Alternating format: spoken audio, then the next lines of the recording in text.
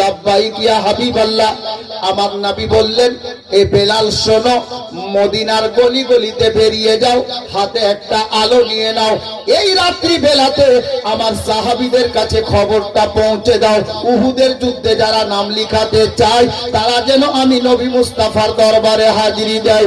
এই বলে বেলালকে দয়ার নবী যেমন নির্দেশ দিয়ে দেওয়া, এ বেরাদার আশিকানে মুস্তাফা, আমার বেলালে হাফসি হাতে একটা লণ্ঠন নিয়েছেন, হাতে একটা আলো নিয়েছেন, আর রাতের বেলাতে মদিনার গলি গলিতে ডাক দিয়ে দিয়ে হযরতে বেলাল বলতে আছেন, এ নবীর দিওয়ানারা, এ নবীর সাহাবীরা শোনো, আমার বিশ্ব নবীর ডাক পড়েছে, উহুদের যুদ্ধে যারা নাম লিখাতে চাও আমার নবীর ফরমান, নবীর অর্ডার হয়েছে, তোমরা সঙ্গে সঙ্গে দয়ার নবীর দরবারে হাজিরি দাও।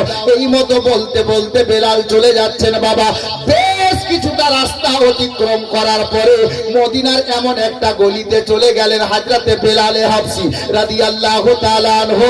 রাস্তা দিয়ে চলে যাচ্ছেন, রাস্তার সাইডে একটি ঘর, একটি বাড়ি আছে বাবা, বাড়িটার জ্বালানা রাস্তার ধারে কাটা আছে। হযরতে বেলাল ডাক দিয়ে বলেন, ওরে নবীর দিওয়ানারা শোনো, এ নবীর সাহাবীরা শোনো, মায়ার নবীর ডাক পড়েছে, যারা উহুদের যুদ্ধে নাম লিখাতে চাও আমার মায়ার নবীর দরবারে হাজিরি দাও। আল্লাহু আকবার কবীরা। ওই জ্বালানা দিয়ে আওয়াজ খানা গিয়ে লাগবি তো লাগ বাবা, আমার নবীর প্রিয় সাহাবী হযরতে সাইয়্যিদানা হানজালা রাদিয়াল্লাহু তাআলা আনহু, উনার কান পর্যন্ত শব্দখানা পৌঁছে গেল। কিন্তু কিতাব লেখক কি লিখেছেন জানেন? ইতিহাস লেখকেরা লিখেছেন হযরতে হানজালা রাদিয়াল্লাহু তাআলা আনহু সেই দিন ছিল বাবা বাসর রাত, মানে নতুন বিয়ে করে এসেছেন। প্রথম হযরতে হানজালা নিজের নতুন স্ত্রীর সঙ্গে বিছানাতে ছিলেন বাবা, এমন অবস্থায় ছিলেন উনার প্রতি গোসল ওয়াজিব হয়ে গিয়েছিল। এ বেরাদার, হযরতে হানজালার কান পর্যন্ত যখন নবীর খবরটা বেলালের কণ্ঠস্বর দিয়ে শুনে নিলেন, বেলালের কণ্ঠস্বর থেকে হানজালা যেমন নবীর ফরমান শুনতে পাওয়া, সঙ্গে সঙ্গে বিছানায় উঠে বসে গেছেন। স্ত্রী জিজ্ঞেস করলেন, হুজুর ওগো আমার মাথার সারতাজ, বলুন তো ব্যাপার কি, কোনো মুসিবত হলো? বলে না না। হঠাৎ করে চমকে দাঁড়িয়ে গেলে কেন? হযরতে হানজালা বললেন, বিবি রে আর দেরি করা যাবে না, আমার বিশ্ব নবীর ডাক পড়েছে, উহুদের যুদ্ধ আরম্ভ হবে, আমার নবীর দরবারে আমাকে হাজিরি দিতে হবে, নবী ডাক দিয়েছেন, দেরি করা যাবে না, আমাকে লাব্বাইক বলে সঙ্গে সঙ্গে নবীর দরবারে হাজিরি দিতে হবে। হযরতে হানজালা বললেন, বিবি রে আমি চলে যাচ্ছি, যদি বেঁচে থাকি দেখা হবে, নইলে কাল হাসরের ময়দানে দেখা হবে। বলা যাবে না সুবহানাল্লাহ? এটা কি ছোট কথা বাপ? হযরতে হানজালা কি বললেন?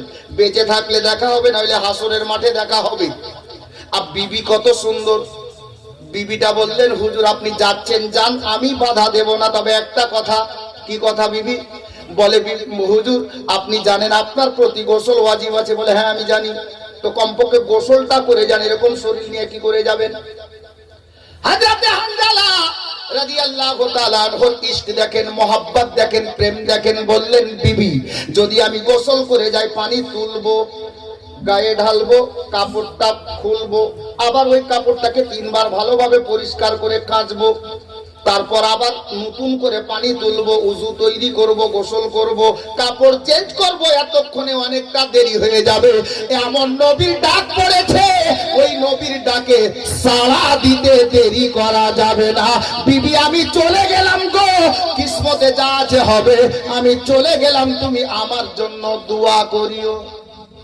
শেষ বাক্য শুনেন, নতুন বিবিকে হযরতে হানজালা নবীর সাহাবী বলছেন, আমি চলে গেলাম, আমার জন্য দোয়া করিও।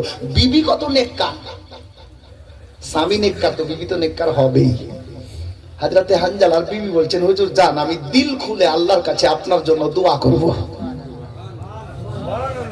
দিল খুলে। এ মা বোনেরা শুনুন, হযরতে হানজালার মন চাইল, বিবি প্রথম রাত, বাসর রাত, আরে আমি চলে যাচ্ছি, তুমি আমার জন্য দিল খুলে দোয়া চাইবে? আচ্ছা বলো তো বিবি, আমার জন্য কি চাইবে? আল্লাহর কাছে কি চাইবে? আল্লাহু আকবার। নবীর সাহাবীর বিবি, উনি বলছেন, হুজুর আল্লাহর কাছে চাইবো যে আপনি নবী মুস্তাফার সঙ্গে যাচ্ছেন ইসলামের জন্য যুদ্ধ করতে, আল্লাহর কাছে আমি আপনার বিবি আমার স্বামী যেন ঘুরে বাড়ি না আসে, ইসলামের জন্য শহীদ হয়ে যায়। হযরতে হানজালার বিবির জবান শুনেন। হযরতে হানজালা বলছেন, বিবি এই দোয়া করবে? বলে হ্যাঁ। হ্যাঁ রে, তুমি তো এটাও চাইতে পারতে যে আল্লাহ যেন আমার স্বামীটা বেঁচে আসে, চাইতে পারতেন তো, কেন এই দোয়া চাইবে? হযরতে হানজালার স্ত্রী বলছেন, হুজুর আপনি আমার নিয়ে টেনশন নেবেন না, আমার নিয়ে চিন্তা করবেন না। ওগো আমার আকা, ওগো আমার সরদার, নবীর ডাক পড়েছে, ইসলামের জন্য আপনি যুদ্ধে যাচ্ছেন, আল্লাহর কাছে চাইবো আমার বাকি জীবনটা এমনি কাটিয়ে দেব, কমপক্ষে কাল হাসরের ময়দানে আল্লাহ তাবারক ওয়া তাআলা আমাকে শহীদ গণের বিবির লাইনে দাঁড় করাবে। তামান্না দেখেন, তামান্না দেখেন, বাসনা দেখেন। বিবি আমি চলে গেলাম, দোয়া করিও। চলে গেলেন। হযরতে হানজালা নবী পাকের দরবারে হাজির। নবী পাকের কাফেলা মদিনা মুনাওয়ারা মসজিদে নববী শরীফ থেকে উহুদের ময়দানের দিকে রওনা হয়ে গেছে। শামিল হলেন। কিছুটা রাস্তা গেলেন, মদিনার একটা মেয়ে, এই মা কান খুলে, মদিনার একটা মেয়ে, ও শুনেছে ইসলামের জন্য যুদ্ধ হবে, নবী পাক সাহাবীদেরকে নিয়ে সৈন্য নিয়ে দলের সেনাপতি হয়ে নবী আমার নিজেই যাচ্ছেন যুদ্ধের ময়দানে। মেয়েটার বাড়িতে স্বামী নেই, বড় ছেলে নেই, কোলে একটা দুধ পিতা বাচ্চা, ছোট্ট শিশু যে মায়ের স্তন পান করে, দুধ পান করে। বাচ্চাটাকে কোলে দিয়ে মেয়েটা দৌড়ে আসলো মসজিদে নববীতে, খবর নিল নবী আমার নেই, বেরিয়ে গেছেন উহুদের যুদ্ধের ময়দানের দিকে। কেউ উনাকে বললেন যে নবী তো চলে গেলেন কাফেলা নিয়ে, নুরানি কাফেলা নিয়ে। মেয়েটা লাগলেন দৌড়তে ওই রাস্তায়। কিছু দূর যাওয়ার পরে দেখছেন নবী পাকের নুরানি কাফেলা চলে যাচ্ছে সাহাবীদেরকে নিয়ে। আমার প্রিয় নবী, আল্লাহর নবীর দিওয়ানি এই মেয়েটা, এই মাটা জোরে ডাকও দিতে পারছে না। নবীকে পিছন থেকে ডাক কি করে দেব, যদি বেয়াদবি হয়ে যায় আমার দুনিয়া আখেরা সব বেকার হয়ে যাবে। হযরতে গেরামি ওই মেয়েটা একটু চটচট করে তাড়াতাড়ি হেঁটে গেলেন, সামনে দিকে গিয়ে আমার নবীকে জোড়হাত করে বলছেন, ইয়া রাসূলুল্লাহ একটু সময় দিলে দুটো কথা বলতাম। আমার নবী দাঁড়িয়ে গেলেন।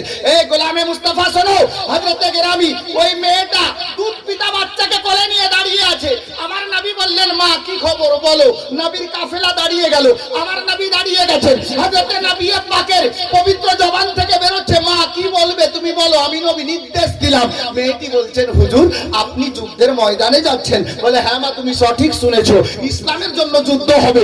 আমি নবী আমার কাফেলা নিয়ে, সাহাবীদেরকে নিয়ে, সৈন্যদেরকে নিয়ে যুদ্ধের ময়দানের দিকে এগিয়ে যাচ্ছি। ওই মেয়েটা বলছে, হুজুর আমার একটা আরজি আছে, আমার একটা বাসনা আছে, আপনার কাছে কাকতি মিনতি করে আমি বলি, ইয়া রাসূলুল্লাহ আমি আপনাকে বলবো যে আমার স্বামী তো বাড়িতে নেই, আমার বড় ছেলে নেই। ইয়া রাসূলুল্লাহ আমার বড় স্বপ্ন ছিল যদি স্বামী বাড়িতে থাকতো, স্বামীকে পাঠাতাম ইসলামের জন্য যুদ্ধ করতে, বড় ছেলে থাকতো, ছেলেকে পাঠাতাম ইসলামের জন্য যুদ্ধ করতে। ইয়া রাসূলুল্লাহ না স্বামী আছে বাড়িতে, না বড় ছেলে আছে।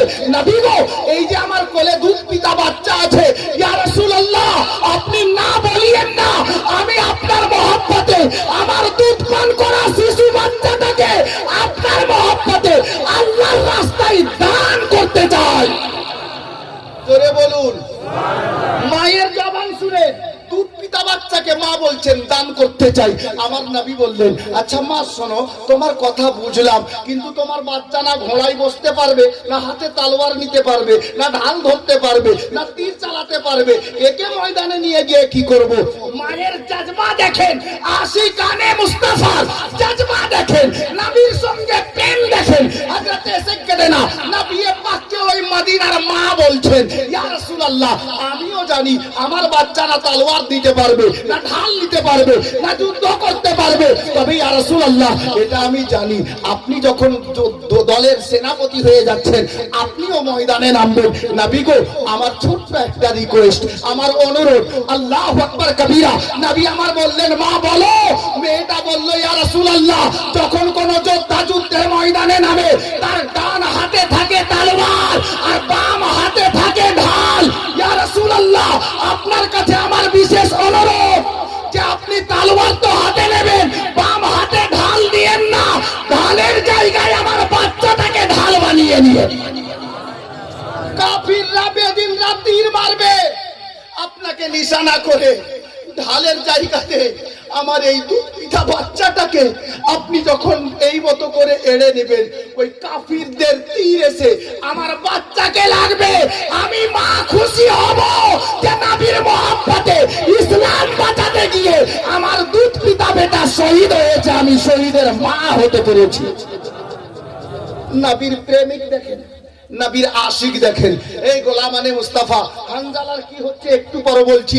একজন মা হয়ে নিজের দুধ পিতা বাচ্চাকে যদি ইসলামের জন্য দান করতে পারে নবীর মহব্বতে, আজকে ইসলামের জন্য আল্লাহু আকবার কবীরা, এই আল্লাহর ঘর পবিত্র মসজিদকে লক্ষ্য করে এই জালসা কমিটি